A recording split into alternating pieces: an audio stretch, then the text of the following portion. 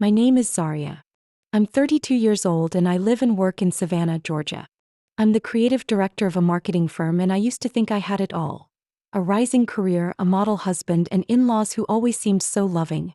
That is, until that morning at the breakfast table in my sister-in-law's mansion when my husband, Logan, placed a cup of coffee in front of me with a strange smile, and a faint metallic scent rose from the rim. I still remember the exact moment I chose to risk everything, with one deliberate slip of the hand. That cup of coffee was no longer where it was meant to be. Have you ever suspected that the person sleeping next to you might be quietly poisoning you, bit by bit? If so, I'd love to hear your story in the comments. Tap like if you're listening and don't forget to subscribe to the channel to hear what happens next, when the truth begins to surface and the masks start to fall. I stood just a few steps from the table holding my phone close to my chest, my heart pounding so hard I could barely breathe. Chelsea picked up the coffee cup, her lips brushing the rim like she was considering it. Then without hesitation she took a large sip. I stayed calm though every muscle in my body felt like it was pulled taut. In that moment I nearly lunged to snatch the cup from her hand, but I was past the point of turning back. I needed to know what was really going on. I needed to be sure. I needed proof. Just a few minutes later, Chelsea froze. Her fingers, which had been swiping her phone screen, began to tremble slightly. Her iPhone clattered onto the table. She reached for her collar, breathing heavily. Logan, mid-laugh in a conversation with my father-in-law about yesterday's football game, immediately turned toward her. "Are you okay?" he asked, eyebrows furrowed. Chelsea didn't respond. Sweat started to bead on her forehead. Her cheeks, usually rosy, turned pale. She tried to stand but stumbled, knocking her hip against the edge of the table. Her chair crashed backward, striking the white-tiled floor with a loud thud that made everyone in the room turn their heads. "Chelsea!" Logan lunged to catch her as she nearly collapsed. "Hey, what's wrong?" I remained still, my eyes fixed on the scene before me. Slowly, I slid my phone into record mode, tucking it beneath the napkin in my hand. Chelsea gasped for air, clutching Logan's sleeve. Her voice came out as a whisper, barely audible. "That wasn't my cup. Zaria was supposed to drink that." I heard every word clearly. So did Logan. His face turned ashen in a heartbeat, just like hers. He looked over at me and I looked directly back at him without a word. The silence between us was heavier than anything I'd ever felt. "Damn it. Call an ambulance." Logan shouted, fumbling for his phone, nearly dropping it in his panic. "She needs a doctor, now." I pulled out my own phone and sent the audio I had just recorded to my private email, then immediately forwarded it to my attorney, Claire Morrison, a sharp, experienced woman who had seen her fair share of calculated disasters. The whole house erupted into chaos. My mother-in-law covered her mouth in shock. My father-in-law stared, frozen, trying to process what was happening. Logan's sister backed into a corner, instinctively wrapping her arms around her son. Chelsea was now sitting on the floor, her head resting against Logan's chest. Her face twisted in pain, her entire body shaking. A trail of spit mixed with white foam ran from the corner of her mouth. I stepped closer just in time to hear Logan stammer. "You drank the wrong one. That wasn't, it was supposed to be Zaria's." "So I was the one meant to be convulsing on the floor?" I said, my voice low but cutting through every other sound in the room. Logan looked up, guilt flooding his wide eyes. "Zaria. You've misunderstood. It's not what you think." I bent down, unnervingly calm. "Then what is it, Logan? Say it. Right here in front of your family. In front of the sister who's writhing in pain after drinking the coffee you two made just for me." "No, it wasn't meant to harm, just to make her miss a presentation. Just a mild reaction," Chelsea mumbled, her eyes half closed, her lips pale. The room went silent. Every word she uttered felt like a knife driven deeper into my chest. Not because it surprised me but because it came from the very people I had trusted the most. Logan's hands shook as he spoke into the phone with emergency dispatch. I stepped back a few paces, standing by the dining room window, still holding my phone tightly. My heart didn't hurt anymore. What remained was pure clarity. The wail of an approaching ambulance echoed in the distance. I looked out the window, watching the flashing lights reflect across the glass. "I'll ride with Chelsea," I said clearly as the paramedics entered with a stretcher and equipment. "I'm her sister-in-law. I need to make sure she receives proper care." Logan stammered. I'll come too. I just need to. You should stay. The police will have a few questions for you, I cut in, glancing at the young officer who had just entered with the emergency team. He nodded in quiet agreement. I turned to look at Chelsea one more time. She was being strapped onto the stretcher, her eyes clouded with pain and fear. As they rolled her past me, she managed a faint whisper. Zaria. I'm sorry. I didn't respond. I just looked at her. Because sorry doesn't wash away 6 months of deceit, nights spent in the hospital, or the deals I nearly lost because I couldn't stand long enough to present. Once the ambulance doors shut, I turned to the officer, my voice steady like I was retelling an old memory. I have a recording I'd like to share. I think it'll help you understand why Chelsea's in this condition. Back home, I sat in the armchair by the living room window. The amber light from the lamp fell softly on the dark wood floors, casting long shadows. The ambulance was gone. Logan was still at the precinct with the detective. And I had returned to a house that now held nothing but memories I wished I could erase. I opened my laptop, my fingers trembling slightly as I logged in. On the screen, I pulled up a folder labeled Emergency, something I had quietly created 2 months ago. Inside were all the medical records, prescriptions, test results, and scattered notes I'd written after each hospital visit. The first incident happened in February, right after visiting Chelsea. That evening, I'd had dinner at her place following a tense executive meeting. It was a simple meal: roasted chicken, mashed potatoes, a little wine. Nothing seemed off until midnight when my stomach twisted violently. I vomited for hours, drenched in cold sweat. Logan took me to the ER where I was treated for dehydration and exhaustion. The doctor suspected acute gastritis but couldn't pinpoint a cause. The second time was in April, after an afternoon tea Chelsea called a girls' relaxing day. I clearly remember the peppermint tea. It was stronger than usual with a slightly harsh aftertaste. I only took one sip and set it aside. But a few hours later, I was dizzy, had a pounding headache, and passed out in my office. Logan brought me to the hospital again, sat by my side all night, stroked my hair, and whispered that I'd been working too hard, that I needed more rest. I cried that night, thinking I was lucky to have him. The third episode was more serious. It was a June morning. I just finished a pitch to a major investor when my hands started to tingle and I felt nauseous. I didn't even make it out of the conference room, just collapsed onto my desk. A coworker found me and called an ambulance. Logan showed up soon after, looking frantic as if the news had devastated him. Chelsea texted me exactly 3 minutes after I was admitted. At the time I thought it was caring. But now I wonder, how did they always know where I was and what was happening? The most recent episode was 3 weeks before the brunch. Logan had made breakfast, pancakes with syrup and a pink smoothie. I never eat much in the mornings, but that day he was unusually insistent, holding my wrist gently and saying he missed us sitting down together. I ate every bite. That afternoon I ended up in the ER again, dizzy and with a dangerously low blood pressure reading. Tests didn't reveal anything specific, just electrolyte imbalances in my blood. The doctor said it could have been a food allergy. I glanced at Logan when I heard that. He nodded, his face briefly filled with concern. Maybe it was that almond milk from the other day, he said. That time when I got home, I opened the kitchen cabinet and found the empty smoothie container tossed in the trash.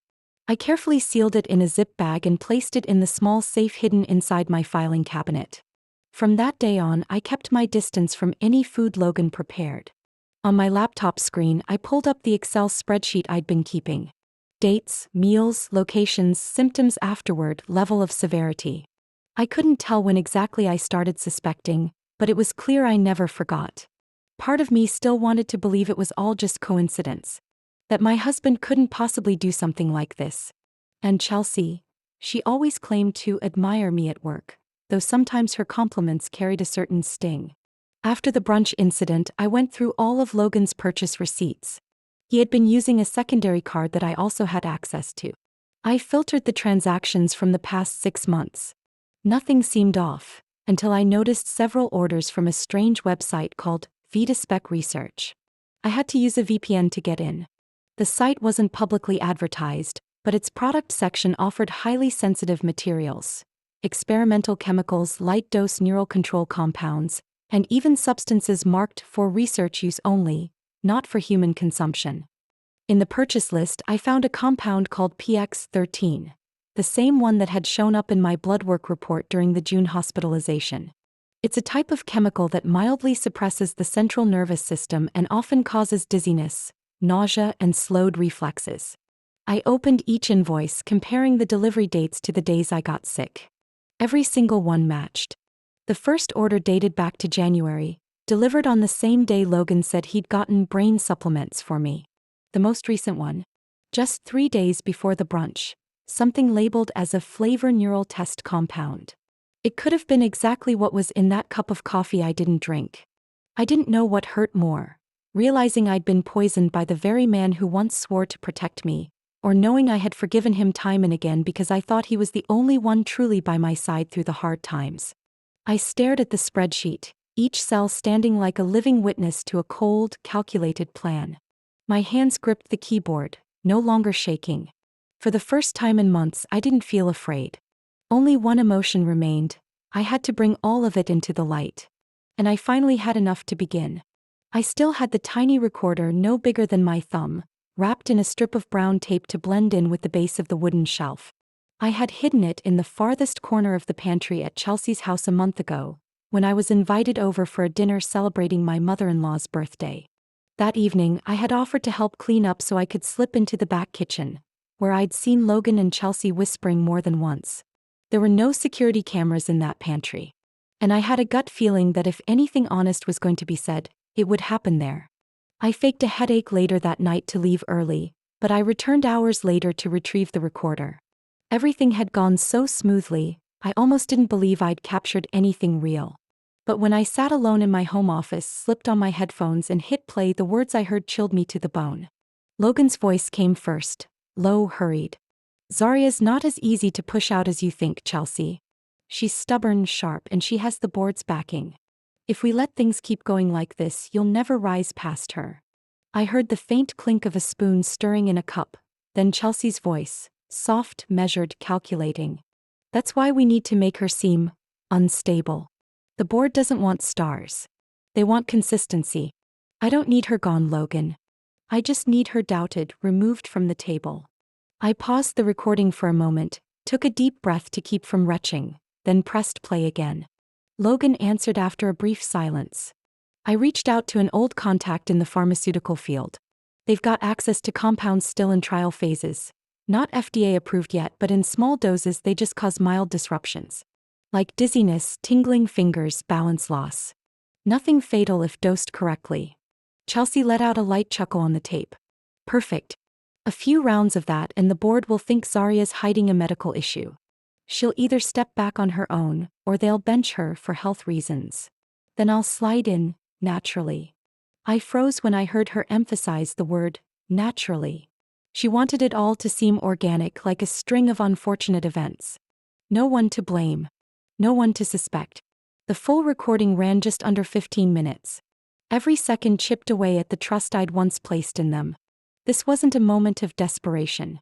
It was a strategy, refined, rehearsed, and orchestrated for over a year. They had mapped out key dates, social events, my major presentations, even my routine medical checkups to avoid raising suspicion. At one point, Logan whispered, sounding uneasy, "I'm just worried she'll figure it out. Zarya's not stupid. If she starts checking the food more carefully, if she gets full panels run on her blood." Chelsea cut in, unwavering. "You're worrying for nothing. He loves you. He trusts you. That's her biggest weakness. If needed, I'll suggest she see a therapist. That'll help. Mental instability will ruin her faster." I closed my eyes, pressing my fingers against my temples. The pain didn't come from their words. It came from knowing how long I'd lived under a curtain of lies. I'd let trust turn me into prey. Every night spent in the hospital, bitter in my mouth, no answers from doctors, was all born from those hushed conversations between the two people I had once called family.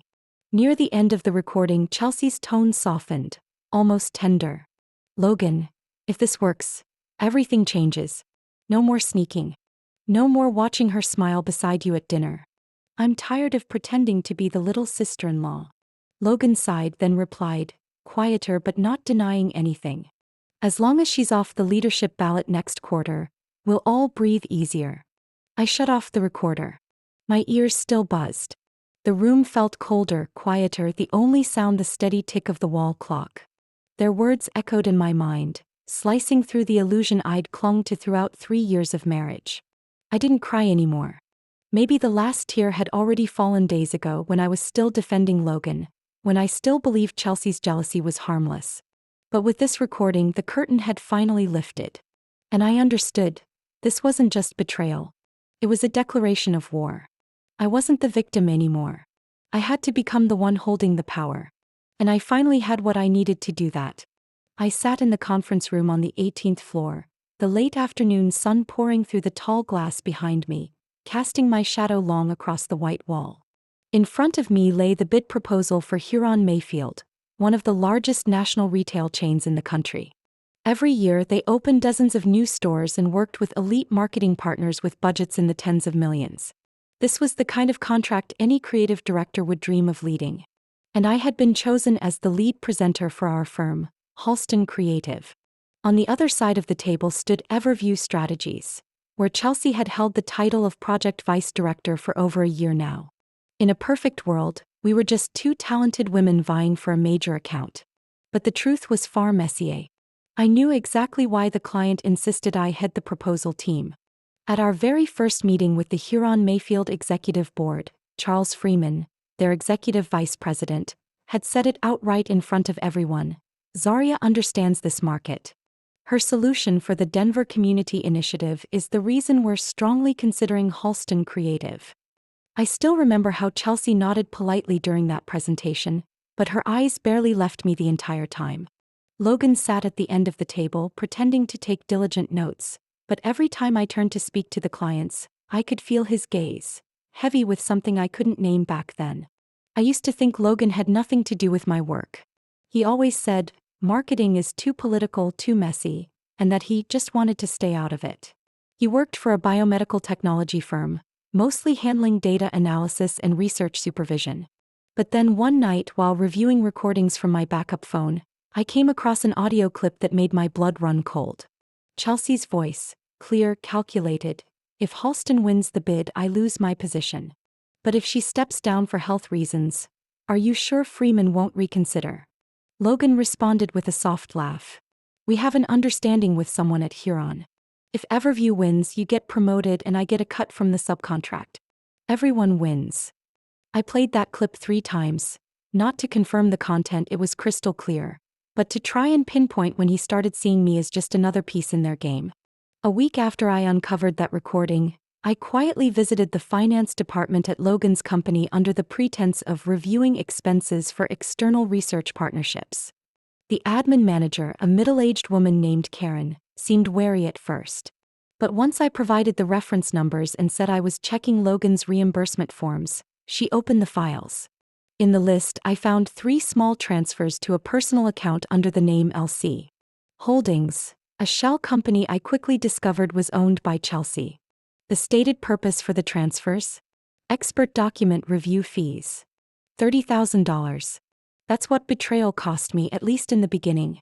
I also remember vividly the meeting just last week when Chelsea deliberately raised concerns about my health in front of Halston's executive board.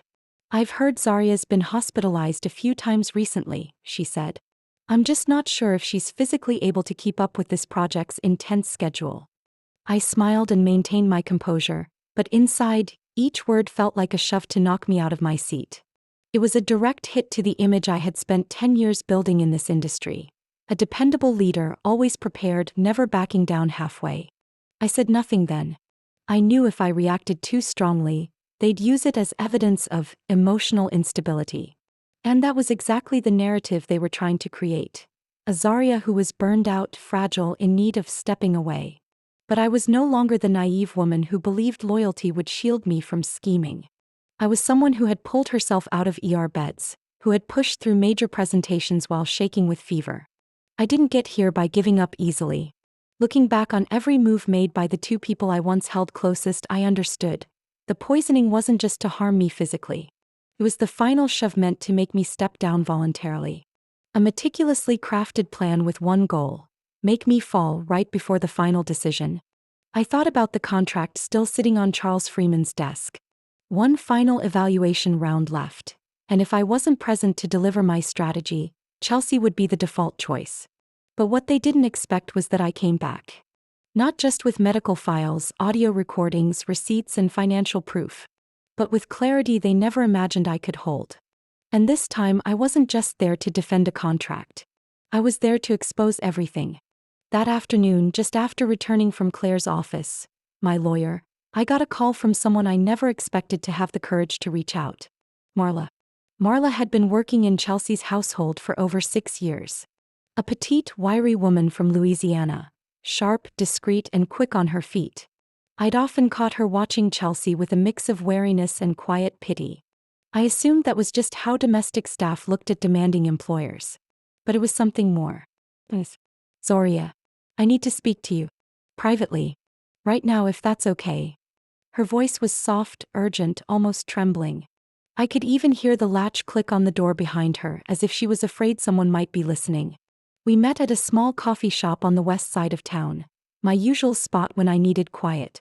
Marla wore a thick coat, hood pulled up, walking fast with her head down, clutching a worn beige tote close to her side.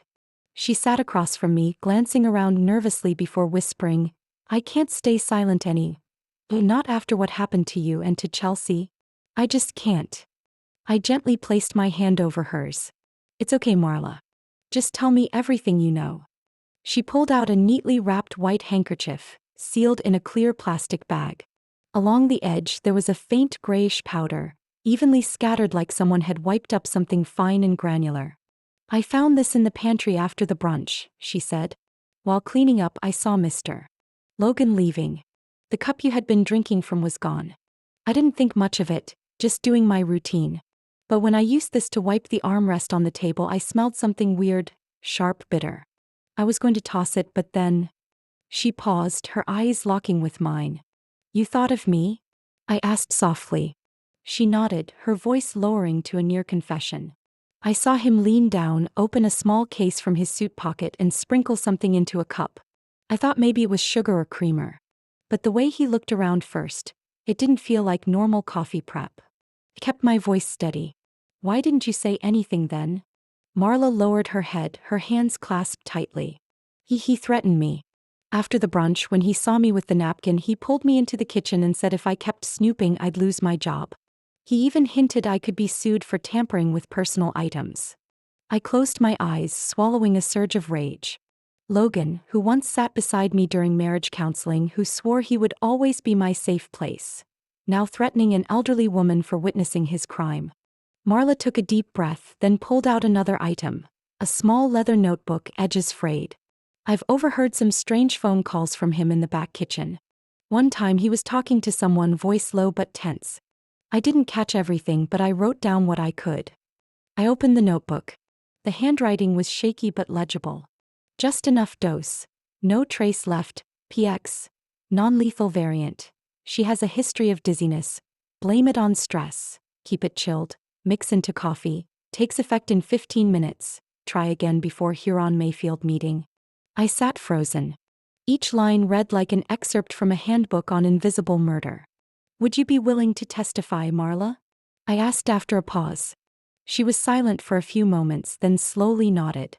"I used to think staying quiet would make it all go away. But when I saw your face at the hospital, I knew I couldn't pretend anymore. I couldn't save Chelsea, but I can protect you." I gripped her hand tightly, this time out of deep gratitude. Some people choose justice not because they're fearless, but because they can't bear to look away from what's wrong. Marla was going to be the most critical link in the chain of evidence I was building. Her testimony, the napkin, the notebook, each one a tangible piece, impossible to dismiss. And if what she said about the phone call was true, we could trace the supplier Logan had been working with. On the way home, I unlocked my phone and sent a message to Claire, my attorney. "I have a witness. And physical evidence. Ready to meet the investigator anytime." As the car rolled over the small bridge connecting two districts of the city, I looked out the window at the evening light settling over Savannah, the river sparkling with golden hues from the setting sun. Part of me still ached from the loss, from realizing my marriage had been a cruel, calculated game. But another part felt calm. I was no longer alone in this fight. And the truth was finally beginning to speak. The fifth-floor hospital room at Memorial still smelled sharply of antiseptics when I stepped in. On the bed by the window, Chelsea lay on her side, one arm hooked up to and fore, the other resting loosely on her stomach.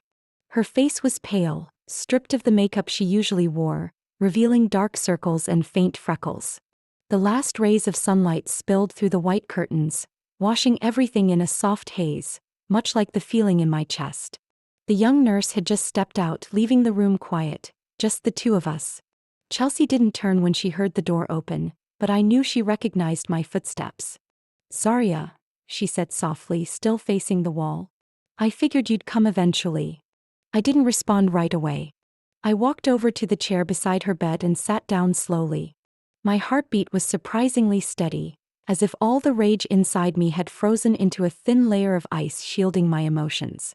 "Chelsea," I said, my voice low but clear. "I'm here to hear the truth. The whole truth. No deflecting, no blaming. Just once, be decent." She turned toward me, her face twisted with fatigue and something that resembled regret, though still too faint to be sure. "He promised me," Chelsea said weakly. "Logan said he'd marry me if you were removed from Halston. If you were deemed unfit, your firm would lose the Huron contract. And I'd get promoted. Everything would fall into place." I tightened my hands but kept my voice calm. "You thought falling into place meant sleeping with my husband while I was in the hospital from what the two of you slipped into my food?" Chelsea closed her eyes, her lips trembling. "It started over a year ago. At first we just talked about work. I complained about not being recognized and he talked about being unhappy with you. It escalated." I leaned back in the chair, a cold shiver crawling up my spine. Not from hurt anymore, but from the bitter irony that the kind of affair I once scoffed at in gossip columns had walked straight into my own life. Chelsea continued, as if each word peeled away another layer of the facade she'd worn for so long. "He said I was the only one who understood him. Then he started saying you didn't care about the marriage, that you were too obsessed with your job." I believed him. I thought it was love. I let out a small laugh, not loud but unmistakably the sound of someone who had just stepped out of a delusion. "You thought love was drugging a woman until she collapses, physically, professionally, so you could replace her?" Chelsea turned her face away. I saw her throat move as she swallowed hard. A tear fell onto her pillow, then another. "He said it would only make you dizzy. Just enough for you to miss the critical meeting. That would be enough. I was stupid. I believed he had control over it. Like when I was hospitalized for acute liver failure?" I asked, locking my eyes onto hers. "The night I almost needed a transfusion from a sudden drop in blood pressure? You were there. You watched me writhe in pain and still told the doctor it was probably just stress." Chelsea said nothing. She bowed her head, tears soaking into the white sheet like she couldn't believe it had come to this either. I pulled a plastic-wrapped handkerchief from my pocket and placed it on the bedside table. "Recognize this?" Marla gave it to me. She saw Logan put something into the coffee cup in the pantry. "This is what's left on the cleaning cloth." Chelsea looked up, her eyes wide. "No one can scare Marla," I said slowly. "And she's no longer silent. She told me everything." Chelsea pulled the blanket up over her face like a child hiding from the truth. But after a few seconds she dropped her hand, looking at me with red, raw eyes. "He'll deny everything," she whispered. "He'll say it was all me. He's always good at making others take the fall. Thought I was different. But I was just another pawn." I stood. Not out of pity, but because I couldn't sit another minute in a room filled with the shattered pieces of what I once believed in. As I walked toward the door, Chelsea called out behind me, voice cracking. "Zarya, if I could go back, I wouldn't have traded everything for one promise." I didn't turn around. I didn't need to hear any more. No confession in the world could return the years I lost to lies, could mend the cracks in me caused by a marriage betrayed from the start. The only thing I could carry out of that room was the truth. And truth doesn't stay buried in the bottom of a coffee cup.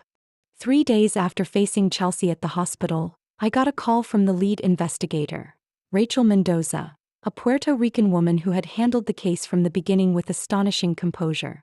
Her voice was firm, steady, as if she were fitting together the final pieces of a puzzle that had taken far too long in silence. "Zarya, We've expanded the scope of the investigation based on Marla's testimony and the recordings you provided, she said. And it appears things are more serious than we initially thought. I was seated in the leather chair at Claire's law office, gripping a still full coffee cup. Claire gestured for me to put the call on speaker. We traced transactions in Logan's secondary account, Detective Mendoza continued. There's a pattern of recurring payments to an encrypted website, registered at an address in Estonia under a temporary domain. But using the transaction ID from the intermediary bank, we traced the payment back to an alias, David Lamont. And the IP address used for the purchase came from your home's Wi-Fi. I didn't react right away. Claire gently squeezed my hand in reassurance. We also confirmed through the bank, the detective went on, there were 3 transfers over the past 6 months. Each came from a company named Avora Consults LLC. The receiving account was a digital wallet offshore, registered to Logan Bennett in the Cayman Islands under a personal trust. Claire exhaled hard, her voice low and angry. He really thought he could hide this forever. I wasn't surprised. I only felt a weight settle deeper on my chest. Everything I once believed to be coincidence, the illnesses, the strange episodes, were carefully orchestrated links in a much bigger plan. There's one more thing, Mendoza said, her voice dropping. We found a hidden email account Logan used to communicate with someone named Tomasz Kajdat, a Polish national currently wanted for trafficking unapproved medical compounds. In one of the emails, Logan requested a substance that would create short-term symptoms, non-lethal but capable of temporary neurological disruption. He specifically asked for it to be undetectable through standard blood tests. A chill ran down my spine. I saw myself in that hospital bed just last month, pale, cold, heart racing uncontrollably, while Logan sat by my side with that carefully crafted look of concern.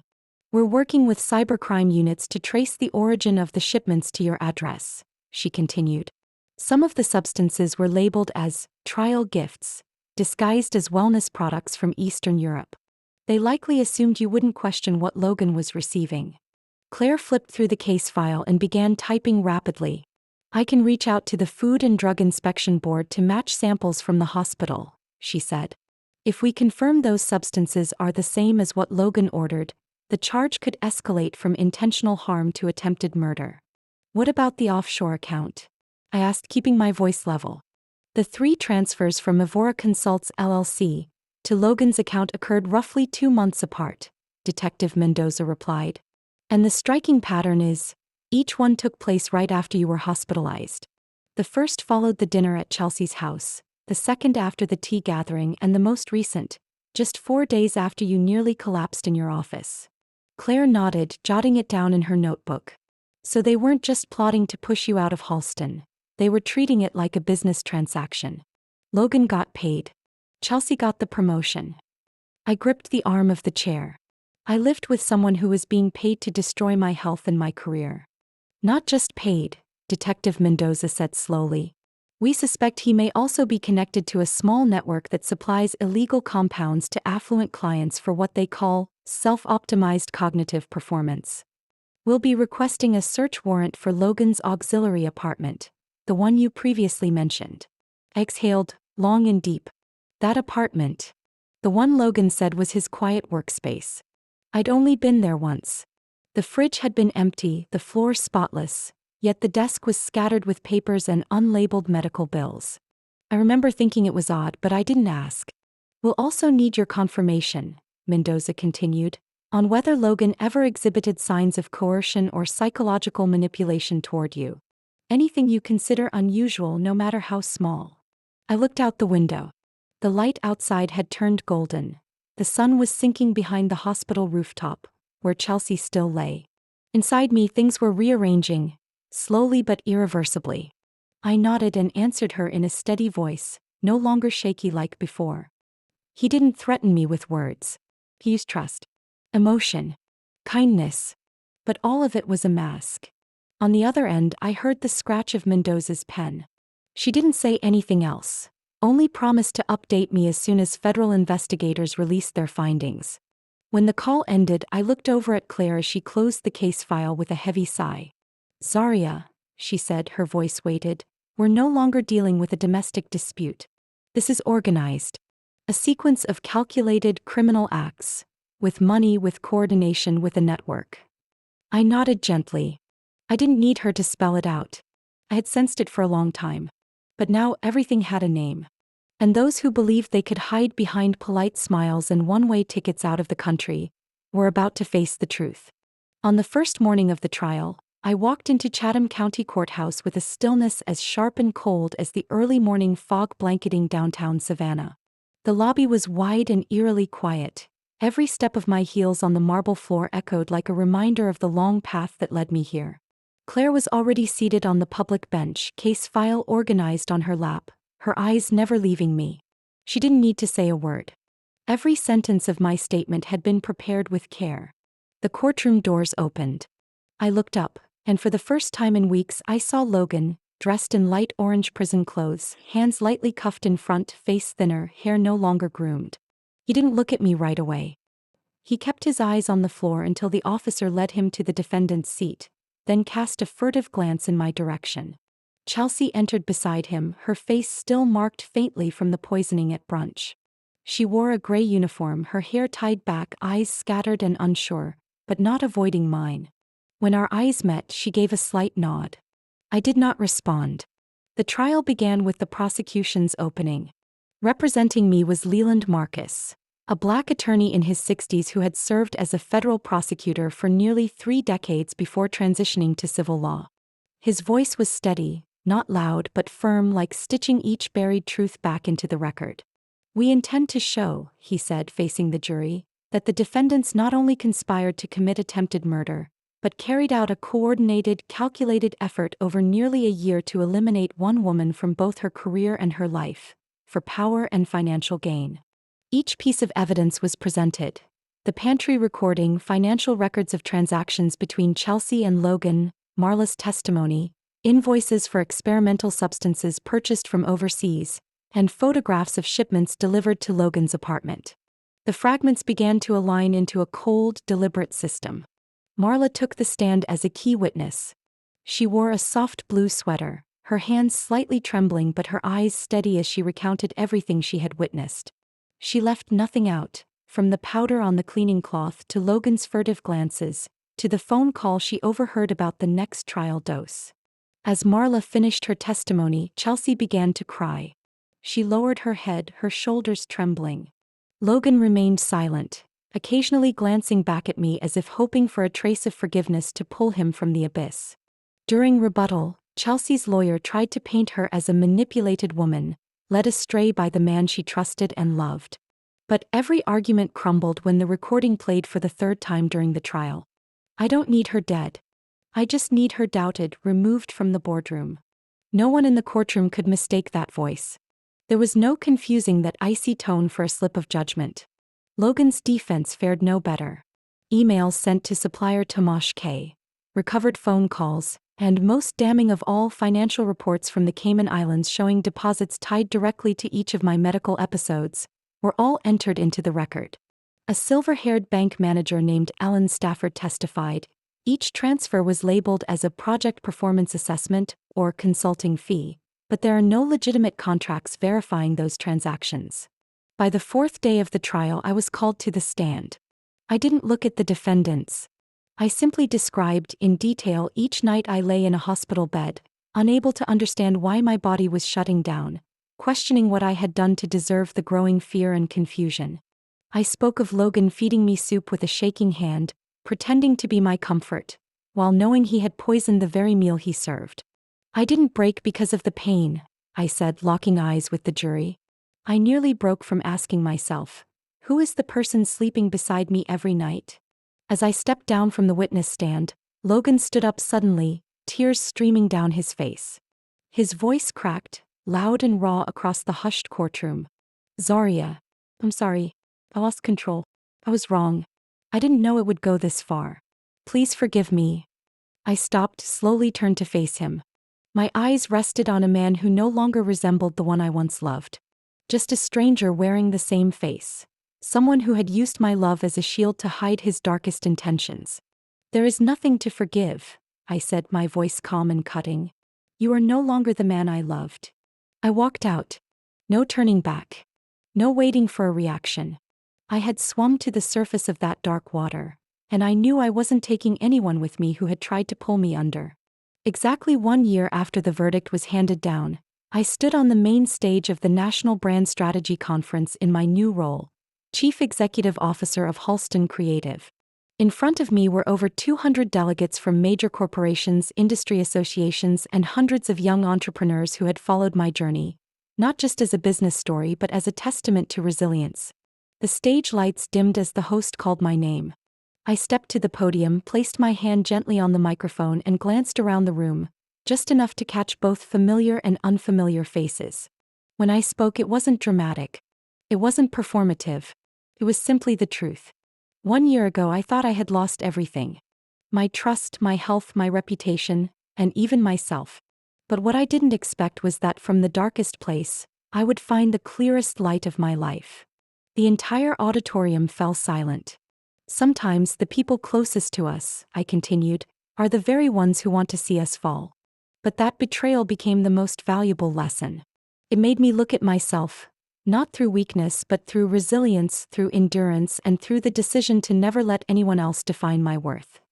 I paused for a moment, then gently added, eyes drawn to the women seated near the front rows. Their faces lit up, not just from the spotlight, but because I saw myself reflected in them.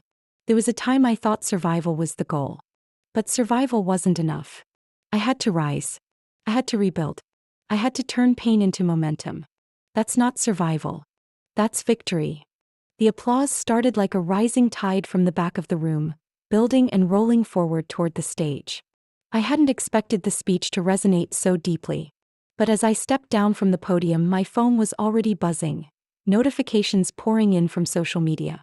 Clips of the speech were being shared, comments from women across the country. Some starting businesses, some going through divorces, some fighting against unjust systems. A middle-aged woman in a deep olive blazer approached me as I left the conference hall. I used to think I was too old to start over, she said, eyes misty but voice steady.